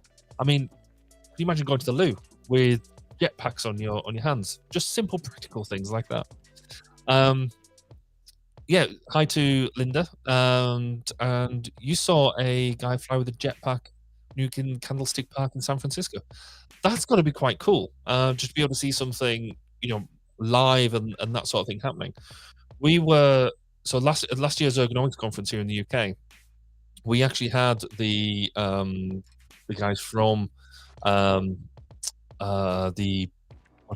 Industries talk to us about about what they were doing, and I really wanted to get. It was my one disappointment about doing the virtual conference then, because that was one of them talks that you really want to grab the guy who was talking, go to the bar afterwards, and sit down and say, right, what were all these issues that you did? How do you deal with simple things like getting the thing on and off? How do you deal with because you're gonna have jet wash and all that sort of thing. So how do you make sure that people around you are safe? I just find it all really fascinating. So when you saw this guy flying with the jetpack, were you behind some sort of safety barrier, or was it? I presume it was something official, and just some random guy just didn't come and just get his jetpack out, because that would be weird. How did it work for you as an experience? Oh, you're back now. See, you shouldn't drink all that water because I'm good to last through the post show. Oh, good. That's all right then. I can do 30 minutes. It's just an hour and a half. Is a little long. Yeah, no, that's fair enough. It's oh, you were at a baseball game. Sorry, I'm just having a chat with you, man. Okay. I can imagine that being really, really cool. Yeah, see, I guess if you're in San Francisco, you know what Candlestick Park is. I'm being an ignorant Brit and not realizing that's a baseball bat. So that's I feel stupid now. I don't actually. I get to go with being ignorant. Whoa, that's got to be quite a buzz. I mean, the guys at Gravity Industries, some of the interesting videos that they've done has been around. You can see some of the work they've done with the military about going from like a ship to a landing craft, and all that sort of stuff and just the elegance that they fly. They can make it look really, really, really good, and really, it's a whole mark of a professional, isn't it? When you make something look simple, and you make it look easy, like anybody can go and do it. But it clearly is quite a skill. I don't know. I'm curious, Barry. Do you think you could do it? You think you could do it? You don't think you could do it? In my head, sorry, in my heart, clearly I'd be awesome. I mean, well, saying that, I'm now just looking at a photo of all the gear you have to get. I'm not going to be the most best looking guy wearing this sort of stuff. It doesn't look, it doesn't look nothing like Iron Man. Maybe I'd be slightly more like the Hulk. I don't know. I'd like to. The amount of sports I've had to go at, which requires you to have that sort of dynamic feel. So I had to go snowboarding a few years ago, and I kind of got there. I could sort of make it work, and that's a real, it's something you have to rely on, feel and all that sort of stuff. And in a sort of related way, I used to do a lot of rifle shooting, for example, which again you can't. It's one of these things you can't truly teach. You kind of have to do. There's a fair bit of gut instinct and feel around it. So there's them sort of things, which I think this is obviously similar to, because I think there's only so much teaching you could do around it. The rest of it would have to be around having the feel of it right. And I don't know whether I'd be able to do it. I'd like to think I would. What about you, Nick? Would you be able to do it? I would like to think so too. I don't know. I kind of feel like, and this might be weird to say, but I feel like it might be close to riding a motorcycle in some ways, because you are very in tune with what is going on physically around you. It's kind of this life-affirming activity to operate a motorcycle, and so I think understanding what your body is doing and understanding what minor adjustments even do. Like as you're riding your motorcycle, you lean a little bit this way and you turn. And I feel like you have that same natural inclination for moving your body. Once you understand the relationship between the jetpack, your arm, and the ground, I think you get it. And I think as somebody who's done that with another motor vehicle, with another mode of transport in the past, I think I could do it. Cool. It's somebody suggested that the modern one is not dissimilar to skydiving in the fact that you have to, you use your hands and that to deflect air, but obviously you're just not falling all the time. You do get a bit of up. Linda just sent us the photo through of the one she saw in San Francisco, and that looks quite scary actually. So that's more of the it's got the jetpacks on literally on the dude's back, and then using the whole thing to steer. So it doesn't have anything on the arms or anything like that. But it still looks cool though. Oh, that one, yeah. I think there was a Star Wars promo where somebody in a Boba Fett suit wore something similar and flew down Hollywood Boulevard. Oh, see, you guys do all the coolest things, all the fun things. Yeah. Well, so one thing I wanted to mention too in the post show here, the caption for tonight under the Human Factors News was "I'm para (medic) my backpack's got jets," and that is a reference to a song made in the either 90s or early 2000s that was about Boba Fett. And the original lyrics are, "I'm Boba Buffett, my backpack's got jets." So that is the reference to tonight's caption. I thought it was completely lost on me. No, I know. It's probably lost on a lot of people, but it was important to me to include it. And for those of you who did get it, thank you. I appreciate you. And for those who didn't, that's okay. I get it. Not everyone will know that very niche song from about a very niche Star Wars character. Well, not niche. I mean, he's got his whole television show now. Anyway, yes. I got a long way to go in my in my Star Wars education. So we got to get you started. Like, there's So I'm actually this is a good time to say, well, not really a good time to say, since it's not the show proper, but I will be out 2 weeks next month for a Star Wars convention in which I will be in Star Wars Bliss for 4 days. Are you getting dressed up and all that sort of shizzle? I'm not. However, we're dressing up my son. Well, I just don't think you're entering into the spirit of it properly. I think you should try harder. Look, we want to, but like, after you consider all the stuff that we'd have to take onto an airplane, and then like, I'm just all here, that Nick. stuff. Just here, Nick.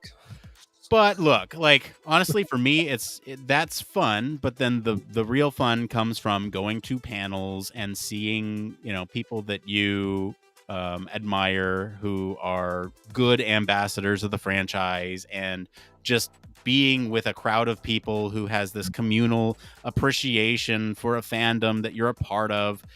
It's a I don't say this lightly. It's a spiritual experience in a lot of ways. I remember very clearly. Last time I went to this convention was in 2015, and I went to a panel, and it had it was the Star Wars Episode 7 panel, and it had everyone on there, everyone except for Harrison Ford. It had Mark Hamill, Carrie Fisher, it had Anthony Daniels, it had John Boyega, Daisy Ridley, Oscar Isaac, like literally everyone on one stage. J.J. Abrams is up there, Kathleen Kennedy, everyone on one stage. And then they talk, for an hour about what we can expect from the movie. At the very end, they show the trailer for The Force Awakens, the one with Chewie, We're Home. And I still remember, like, everybody in that theater lost their minds, myself included. Like, there may have been tears shed. It was a spiritual experience, and that happened several times that weekend. Maybe not to that same degree, but like, that was when they announced the new Battlefront game, and that's when they announced some new series, and that's when they showed a lot of cool things. It was a very cool time to be there, and I'm hoping that this time will be the same, and I will get to enjoy everything through the eyes of my son, who's not been there, and is starting to like Star Wars. Like, we're being very careful about how we introduce him to Star Wars. It's a strategy. So like, what we've been doing is kind of just, we're not pushing it at all. If it's on, it's on. If there's something that piques his interest, we will put it on.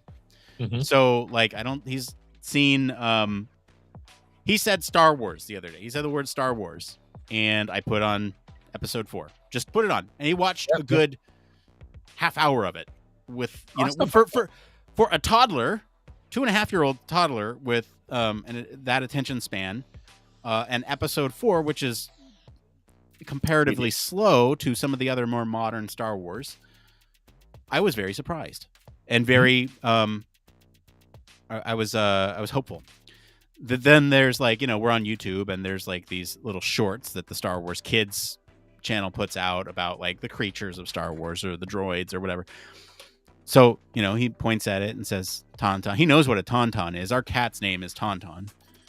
And so, we've shown him Tauntaun and Tauntaun.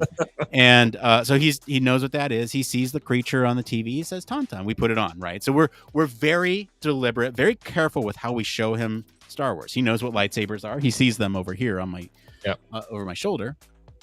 He knows, but we don't push it. We never push it. And this convention will be the first time in which we really immerse him in something where maybe it's going to be he doesn't want to do that. He might want to watch Sesame Street while we're there, something else like yeah. But I think him being there, seeing everybody else in costume, is going to get him excited because it's different, it's new, it's a new experience. He's going to be like, I don't know, it's kind of cool. He's going to be in costume. Yeah, and he'll be able to experience it in his own way. I mean, it was great. We took because my son is now 12 years old, and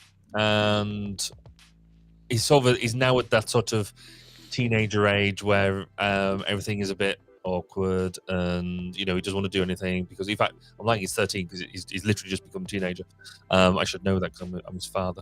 And we went along to a gaming and comic convention last weekend, and just in Swansea, and And it was quite interesting. Loads of people were dressed up. Now, the reason we went is because Leo was really into doing his own costumes and all that sort of stuff. So he's, you know, he likes, we sort of 3D printed Iron Man masks, and he'll go and do all the prep and the paint and do all this sort of stuff. And he's made his own costumes out of foam and all this sort of jazz.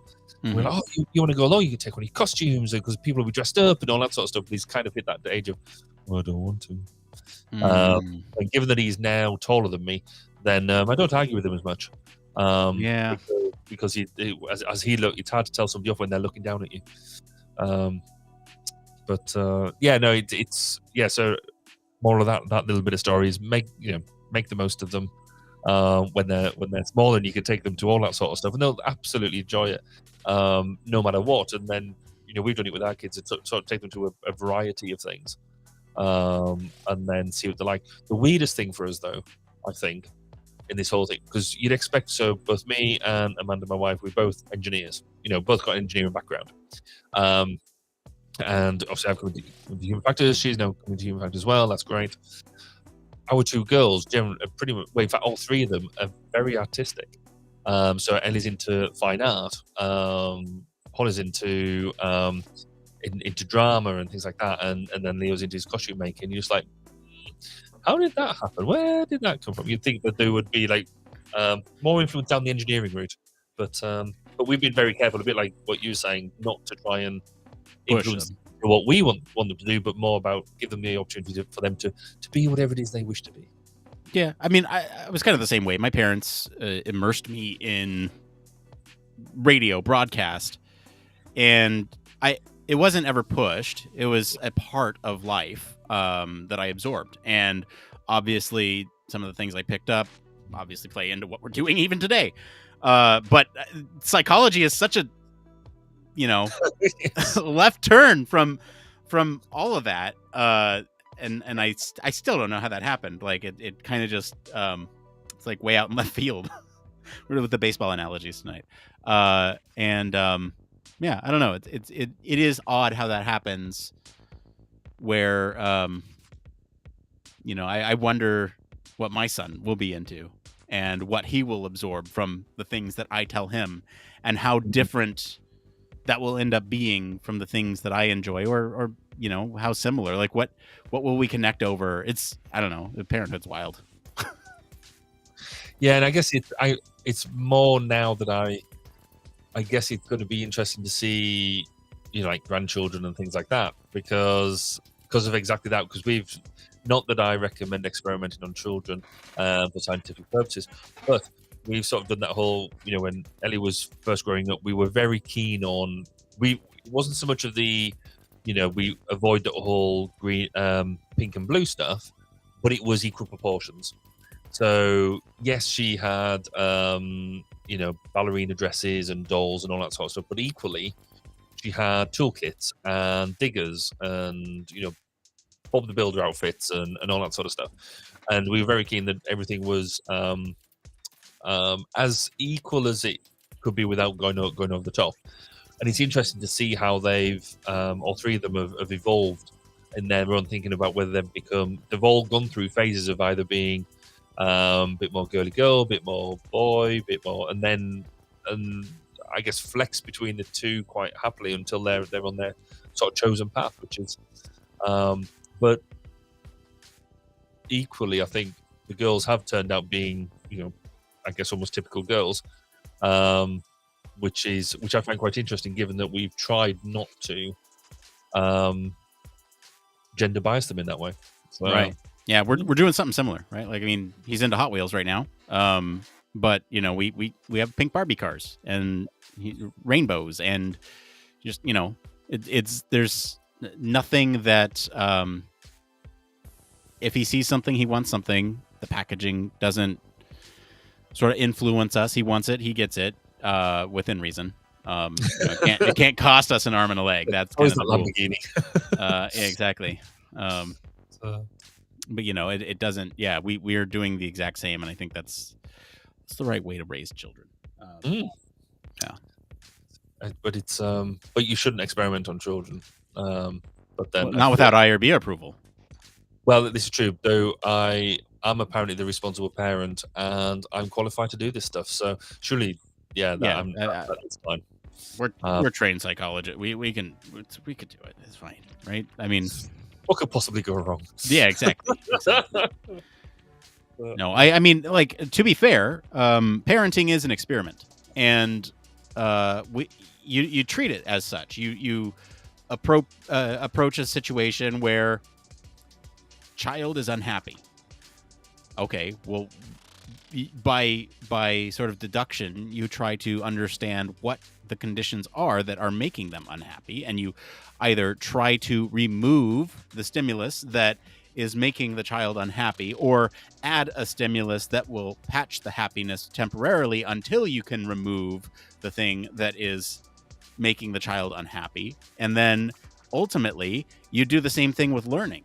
Okay, I am telling you to do this thing, and you are not doing it because what am I doing? Is that ineffective? Okay, well, let me try a different way of approaching the situation with you. And being a scientist and being a parent and trying to mix those two hats all the time doesn't work. But when I like sit back and think critically about what I'm doing, that's exactly what I'm doing. I'm trying different approaches to try to get to communicate. Ultimately, get the best output. I mean, we did that quite. We went slightly more extreme with that, because I don't know whether I've mentioned this before on here, but we home educate our children, and so Ellie did start at school, and then for one term, for a number of reasons, which we didn't see coming particularly, but we decided that wasn't in her best interest, and we could do it, and we in a lucky position that we could do that, and we've never really looked back. So we've home educated all three kids, whereas Ellie now she's gone to college, and is excelling in college, about to go to university, but all through a secondary education we did that at home. Holly's doing her exam soon, and she's one of her most plans recently was she's going to become famous. Just right, okay, fair enough. Yep. Then she was going to go. Her dad's on a couple podcasts. So, I mean, it's basically there. Yeah, exactly right. But then her plan was to become famous and then move to New York. Now she's like, okay, but then because she determined that she couldn't move to New York without becoming famous, because she might have to do stuff when she's there, and she'd rather get other people to do it for her. And I was like, can't pick holes in the logic. But then when he's like, well, what are you going to do to become famous? That's kind of, we've got a bit of a problem there, but so it is interesting seeing how they develop, and we've just really focused things around. I mean, I'm a great believer in just motivation. If you're motivated to do something, then actually it almost doesn't matter what the thing is, assume that it's legal. Then use that as a springboard for everything else. So I sort of think this actually it's Amanda who does most of the heavy lifting when it comes to the home education side. But you do that too. You refer to the choices that your wife makes as we. Well, there is. I mean, it's really interesting that the whole thing. I mean, obviously it was a big family decision to do it and to keep doing it. We do review it. But yes, I think the choice there was just like she treats all of my money as our money. So it all goes into the communal melting pot. Yeah, I always get a I don't want to say I get yelled at. That's not the way my wife communicates. She will catch me on it. Let me put it that way. So like if I say, yeah, we do that with our son, and she goes, we do that? I mean, you do that? And I'll have to go, okay, my wife does that. So you get the look. Yeah, I get the look and the words. Yeah, fair enough. I'll see. Amanda's got that much more honed down. She doesn't have to say the words. She just looks. I know. I don't know. Oh no, I get the look too, and but.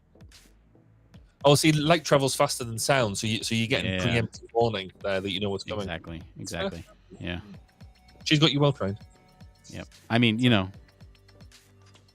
but I think she more than pulls her weight, and she's absolutely right when I take credit for something that I didn't do.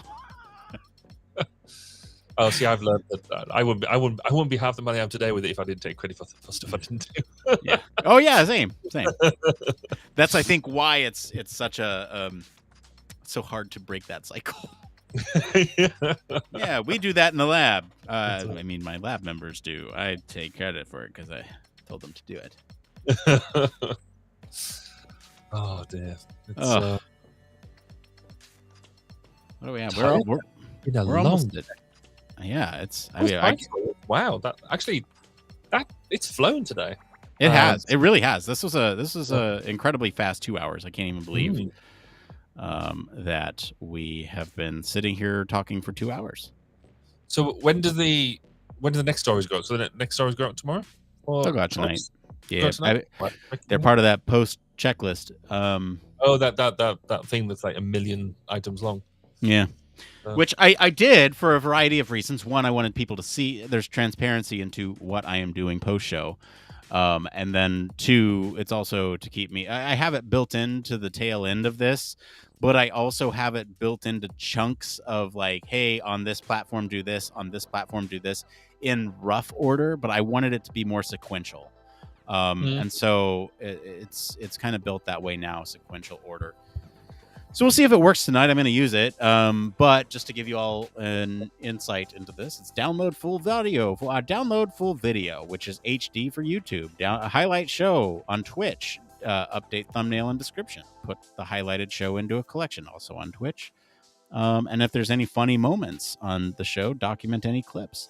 Then you download the full show on Twitch for standard definition conversion to IGTV format.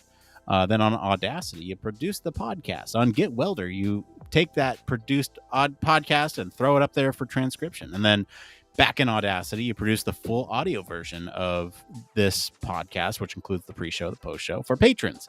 Then you go and upload this full audio version of the podcast for our patrons. After that, you upload it to the platform, the regular show that the platform that we use. You add any details to it that you might need to. Then you take the HD episode or the HD video source that you originally downloaded and throw that up on YouTube as a separate standalone thing. You add all the details, you add it to a playlist, you link to a related video, you schedule it for midnight, you add timestamps if you want. Then I go and produce the IGTV version. Then I schedule all the posts, the promo posts for it to go live at, the IGTV goes out at 6. All the promo posts go out at 9. Each one of those is a separate check. And then after that, that's when I have the post a new poll. And so all that stuff happens. And then I say, okay, hey, we're doing another show next week. Vote on it. Although our patrons will see that tomorrow morning. Twitter will get it tonight just because of the way scheduling works. Then once that's done, I go back into YouTube and trim the pre-show and post-show from the re-uploaded thing. I could do it offline, but it requires more processing power, so I just do it in YouTube anyway. Then on the website, there's some weird ingestion issues, so I fix all those. Then I remove some details from the website because you don't need things like the episode link. You're already there. And the signature info I remove because there's a feature on the website that allows you to change that across all episodes. Then, I replace the thumbnail, I attach a YouTube link, I add any guests, and then I add the transcript that I threw in earlier into the website and everywhere else. So that's all the steps that I need to take after we get off of this in 2 minutes. Wow. Yeah. You know what I'm doing after we sleeping? 2 minutes. I'm going to bed. Yeah. and that doesn't even capture the pre-show, which is check the poll results, generate a title, generate the thumbnail for the live stream, generate the show notes, do the description for the live stream, set up the event, then add that live stream to the YouTube playlist, and then you generate all the artwork that needs to go out. So the podcast artwork has something different than the YouTube artwork has something different than the IGTV artwork. So you do all that. And then I do some Patreon related stuff in between there too to kind of get that ready. So this is when I produce and push up the next week's episode of Human Factors Minute. That all happens. We have them written and recorded. I just produce them the night before, so that way, or not night before, the couple of days before, so that way it's just part of my workflow. Wow, works out better that way. Yeah. Anyway, that's cool. Yeah. I think it's. How much interaction do you get on Twitch? Do we know? Do we get figures from Twitch? We do. Okay. Let's ask me tomorrow at the lab meeting. Yeah, that's true. Yeah, I will do. Okay. I was debating about which ones to sort of, because I've sort of keep mine fairly simple, and I generally pushed out YouTube. Video just goes up to YouTube, though I think I could do better at pushing it out singly to LinkedIn. LinkedIn's evolving. LinkedIn's getting better. Yeah. Because it used to be really, I didn't like it at all. Whereas, yeah, it's getting there. So I might push some separate feeds out that way rather than. Yeah, I let's talk LinkedIn metrics tomorrow. Yeah, I got some stuff to show you. All right. Well, if you've been hanging out, thank you, appreciate it. We are going to get gone. Barry's going to go to sleep. I'm going to start on this 50 item checklist that I made for myself. We'll be back next week to talk about something. We have some stories that it could be about. There's some good ones in there, so look out for our Twitter poll. Would really appreciate if you'd all choose a good one. Choose a good one. Actually, you know what? What we used to do is we used to do kind of a preview of what could come next week. I want to do that very quickly, just while we're wrapping up here. So, potential topics for next week. There's a new IEEE standard that will make autonomous vehicles safer. There's a study that finds top reviews, not average ratings, sway consumer decisions. And then the last one here is Arctic simulation of moon-like habitat shows well-being sessions can improve mental health in extreme isolation. So once again, mental health. The one so that last one, then that'd be great. See, I was thinking the ratings one, the consumer decision making would be fun to talk about. But we all have our picks. You go pick yours. The Twitter poll will be up tonight. Appreciate y'all hanging out with us, and we'll be back next week to talk about one of those topics or another one that may be coming in from last week. So we'll see. Catch y'all.